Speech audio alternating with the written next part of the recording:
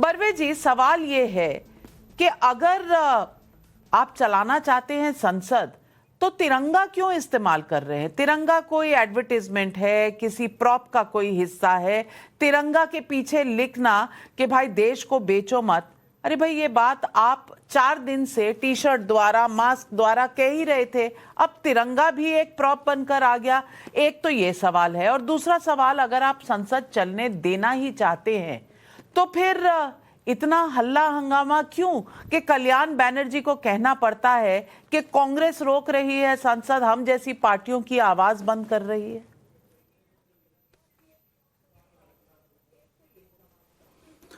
नमस्कार। आपने जो प्रश्न पूछा है कि तिरंगा पर कुछ भी लिखा नहीं है, दूसरा विषय ऐसा है कि संसद, हम जिस तरीके से मीडिया में सत्ता पक्ष ने एक माहौल तैयार किया है कि कांग्रेस संसद चलने दे नहीं रही है, लेकिन ये बात गलत है। यही बताने के लिए हम लोग अदानी के मुद्दे को हटाकर वो लोग सोरस पे आ गए हैं। सेशन चलने देना नहीं है, ये सत्ताधारी पक्ष की बड़ी जवाबदारी होती है संसद भवन चलाना। संसद भवन चलाना इसी विपक्ष की जवाबदारी नहीं है।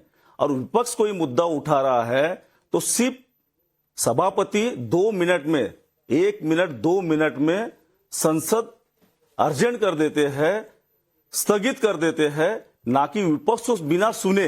अदानी नाम लेने से ही सरकार डर रही है और उस पर चर्चा नहीं कर रही है, और कोई ना कोई मुद्दा लेकर सदन की दिशा भटका रही है, देश की दिशा भटका रही है। इसीलिए हम लोगों ने संसद के बाहर प्रदर्शन, हमारे नेता राहुल जी ने बोला कि संसद चलाना है, इसलिए हम संसद के बाहर प्रदर्शन कर रहे हैं, और संसद के अंदर हम संसद की कार्रवाई चलने देने के लिए पूरी कोशिश कर रहे हैं कि संसद चलाओ, बात करो। लेकिन सत्ताधारी संसद चलाना ही नहीं, क्योंकि संसद चलेगी तो अदानी पे मुद्दे पे बात आएंगी, और उनको अदानी नाम से इतना डर पड़ा है सरकार को कि वो अदानी पे बात करना नहीं चाहती है। इसीलिए हम लोग बाहर ये कर रहे, प्रोटेस्ट कर रहे हैं। संसद के अंदर तो हमने छोड़ दिया प्रोटेस्ट करना।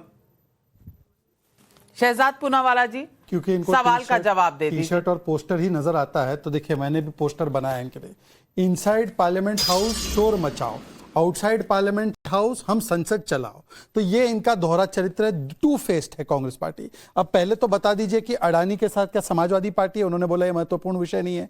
टीएमसी ने बोला महत्वपूर्ण विषय नहीं है। शमीक भट्टाचार्य ने तो कांग्रेस पर दोष डाला। उसके अलावा लेफ्ट पार्टी ने तो विलिनियम पोर्ट का कॉन्ट्रैक्ट साइन कर लिया जब आप अडानी कर रहे थे। तो आप ही बता दो कि ये लोग अडानी के साथ है या ये अडानी के खिलाफ है, और अपने आप को विपक्ष समझना। देखिए दरअसल बात यही है नाविका जी, पूरी बात प्रतिस्पर्धा की है। देखिए इंडी अलायंस में है तनाव, राहुल गांधी पर है लीडरशिप का दबाव, निकला है सोनिया सोरोस का जुड़ाव, इसलिए लाओ अविश्वास प्रस्ताव। ये अविश्वास प्रस्ताव बहाना है, दरअसल सोनिया और सोरोस पर चुप रह जाना है और राहुल गांधी के नेतृत्व पर जो सवाल उठाए गए उस पर भाग जाना है। टीएमसी ने कहा ना राहुल बदलो, ये आरजेडी ने कहा ना हम साथ में ममता दीदी के, शरद पवार जी ने कहा ना कि ममता दीदी नेत्री बने। ये अलग अलग पार्टीज ने कहा है राहुल से ना हो पाएगा, तो अब राहुल गांधी पर आ गया दबाव, तो लेकर आए ओबीसी वाइस प्रेसिडेंट के खिलाफ अविश्वास प्रस्ताव। 10-15 सेकंड में अपनी बात सिर्फ समाप्त करता हूं। मैं सिर्फ इतना पूछा जाता हूं, एक ही सवाल है, अगर भागना नहीं है तो बता दीजिए, सोनिया गांधी को चेयर है या नहीं है एफडीएल एपी की, जिसने वकालत की कि कश्मीर का अलग हिस्सा कर दिया जाना चाहिए, आजाद कश्मीर होना चाहिए? इसका एक सवाल का जवाब दे दीजिए, क्या वो आज भी कोचर है? आप तो सांसद साहब है तो आप जवाब दे सकते हैं। और दूसरी बात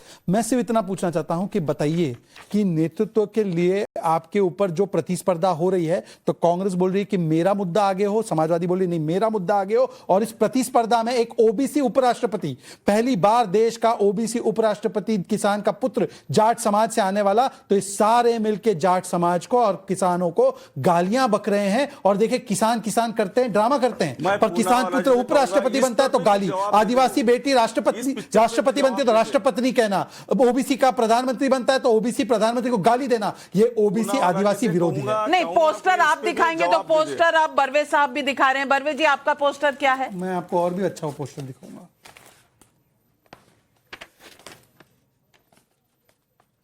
अच्छा, ये पोस्टर है अदानी जी के साथ में देश के पंतप्रधान बैठे हुए हैं, प्रधानमंत्री जी बैठे हैं। इस पे भी जवाब दे दीजिए पूनावाला जी। बरवे जी, क्योंकि आपने एक पोस्टर दिखाया है, मैं इसका जवाब दे देता हूं और आप भी इसका फिर जवाब देंगे, आप भागेंगे नहीं जवाब से। आपने क्या दिखाया? पोस्टर साथ में बैठे हैं ना, अच्छा ये देख लीजिए बर्वे जी, देख लीजिए जरा, जूम करना भाई। ये रॉबर्ट वाड्रा भी साथ में बैठे हैं, तो जो इम्प्लीकेशन आपने पीएम पे लगाया वही इम्प्लीकेशन रॉबर्ट वाड्रा पे लगाओ। पर रॉबर्ट वाड्रा नेता नहीं है, पार्लियामेंटेरियन नहीं। मुझे पता था, मैंने प्रीएम्प्ट कर लिया। देखिए इसलिए मैंने स्वाइप किया। नेक्स्ट किसकी आई? रेवांत रेड्डी। रेवांत रेड्डी तो नेता है ना, चीफ मिनिस्टर भी है। और ये ओहो मिस्टर गहलोत भी है। ओ मिस्टर शरद पवार, हे तो आपला माणूस आहे, मराठी माणूस आहे। बर्वे साहेब सांगा ना, शरद पवारनी काय सांगितले अडानीच्या विषयी? देश के पंतप्रधान से मिलने के लिए किसी नेता को फोटो तो रहने ही वाली है, उसमें क्या दिक्कत है?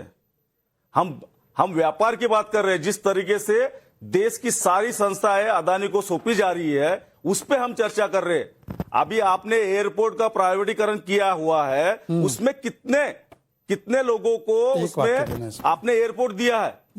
ये प्रश्न का जब हमने जवाब पूछा सदन में, तो माननीय ज्योतिरादित्य जी ने उस जवाब का उत्तर नहीं दिया हमें, और उन्होंने सिर्फ अपने डिपार्टमेंट की कार्रवाई बताई कि हमने हमारे डिपार्टमेंट में क्या किया है करके। चलिए बर्वे जी, आपने एक स्पेसिफिक सवाल पूछा है, मैं स्पेसिफिक जवाब दूंगा। बोलना ही नहीं चाहते जिस तरीके से बर्वे जी आपने स्पेसिफिक सवाल पूछा, मैं स्पेसिफिक जवाब देता हूं। प्राइवेटीकरण एयरपोर्ट का किया है, बहुत अच्छी बात है। प्रश्न आपने किया स्पेसिफिक पूछा है, किस व्यक्ति को प्राइवेटीकरण का एयरपोर्ट दिया गया है, तो उसमें उन्होंने जवाब नहीं दिया संसद में। मैं अभी स्पेसिफिक, आपने पूछा तो स्पेसिफिक जवाब ले लीजिए। महाराष्ट्र में जब आपकी सरकार, एमवीए की सरकार थी, तब मुंबई एयरपोर्ट को देने की परमिशन स्टेट गवर्नमेंट ने दी। सेंटर से एयरपोर्ट मिलता है, वो बात सही है, वो तो किसी और के पास था, फिर वो ट्रांसफर हुआ, पर एमवीए सरकार ने उसको रजामंदी दी। दिघी पोर्ट किसने दिया? विलिनियम पोर्ट किसने दिया? ताजपुर पोर्ट किसने दिया? मुंद्रा का पोर्ट सबसे पहले गुजरात में किसने दिया था?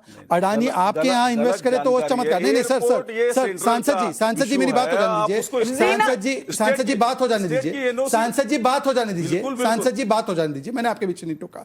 और मेरा मूल सवाल सिर्फ इतना है, मेरा एक ही सवाल है सांसद जी, क्या सोनिया गांधी कोचर है एफडीएल एपी की, जो बोलता है कश्मीर अलग हो जाना चाहिए? सिर्फ इतना, इसका हाँ या ना में जवाब दीजिए। बर्वे जी बिल्कुल भी नहीं है। क्या बात?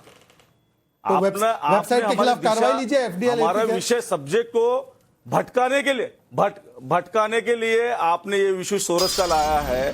सोरस का इशू अगर भटकाने के लिए है तो आप जवाब दे दीजिए, या मानहानि का दावा कर दीजिए ना उस फोरम पर। अगर आप कह रहे हैं कि गलत है ऐसा, बिल्कुल करेंगे मानहानि का दावा। हमारे एलओपी को माननीय राहुल जी को अगर बोलने दिया जाएगा संसद में, तो उत्तर भी देंगे, सोरस पे भी उत्तर देंगे हम लोग, लेकिन बोलने ही नहीं दिया जा रहा। मानहानि का दावा तो संसद के अंदर नहीं होता। पर खैर, रीना गुप्ता जी आपने हाथ उठाया। रीना गुप्ता जी, मैं पूछना चाहती हूँ, संसद चल नहीं रहा, बाहर पर कभी तिरंगा, कभी मास्क, कभी बैग, कभी टी शर्ट, कभी जैकेट, यही चल रहा है। मैं पूछना चाहती हूँ कि देश के मुद्दे गए कहां?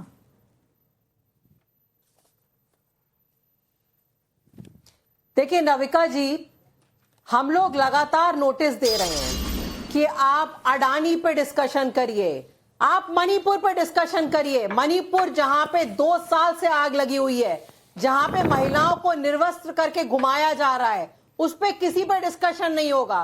क्या ले आए? सोरोस ले आए। सोरोस ने अगर भारत के खिलाफ कोई कॉन्स्पिरेसी करी है, तो ट्रंप भैया तो मोदी जी के बेस्ट फ्रेंड है, उनको एक्स्ट्राडाइट करके देश में लेके आइए, उनके खिलाफ कार्रवाई करिए। सोरोस कौन है ये देश के आम आदमी को पता तक नहीं है, लेकिन ये सबको पता है कि अडानी का घोटाला हुआ है, और अडानी घोटाले को हम सब भुगत रहे हैं। पूरा देश महंगी बिजली का जो बिल दे रहा है, वो सिर्फ अडानी घोटाले की वजह से दे रहा है। अमेरिका में पेपर सबूत पेश किए जा चुके हैं कि किस तरह अडानी ने 2200 करोड़ की रिश्वत दी हमारे देश को महंगी बिजली बेचने के लिए। उस पे कोई डिस्कशन नहीं हो रहा है। कैसे देश का प्रधानमंत्री इतने बड़े फ्रॉडस्टर, स्कैमस्टर के हवाई जहाज में बैठ के घूम रहा है, ये असली मुद्दा है। ये पार्लियामेंट में डिस्कशन होना चाहिए। दिल्ली में इस समय जो इतनी बुरी लॉ एंड ऑर्डर की सिचुएशन चल रही है, हर जगह चेन स्नैचिंग हो रही है, किडनैपिंग हो रही है, सरेआम फायरिंग हो रही है, उस पर डिस्कशन होना चाहिए। वो कोई डिस्कशन नहीं है। जॉर्ज सोरोस को लेके आ रहे हैं। अरे जॉर्ज सोरोस ने अगर हमारे देश के खिलाफ कॉन्स्पिरेसी करी है, तो लाओ उसको देश में और उसको लगाओ, उसको लटकाओ फांसी से।